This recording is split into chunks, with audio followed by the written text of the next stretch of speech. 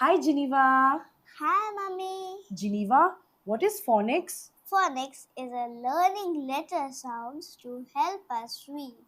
Yes, friends, phonics सिर्फ एक तरीका है, एक मेथड है जिससे हम अल्फ़ाबेट के साउंड को सीखते हैं।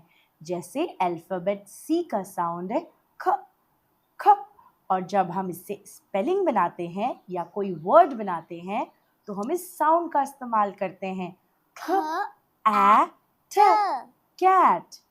इससे हमें स्पेलिंग बनाने में आसानी होती है और हम इजीली समझ भी जाते हैं। Am I right, Geneva? Yes, Mummy, you're right. So let's learn. Bye. Bye.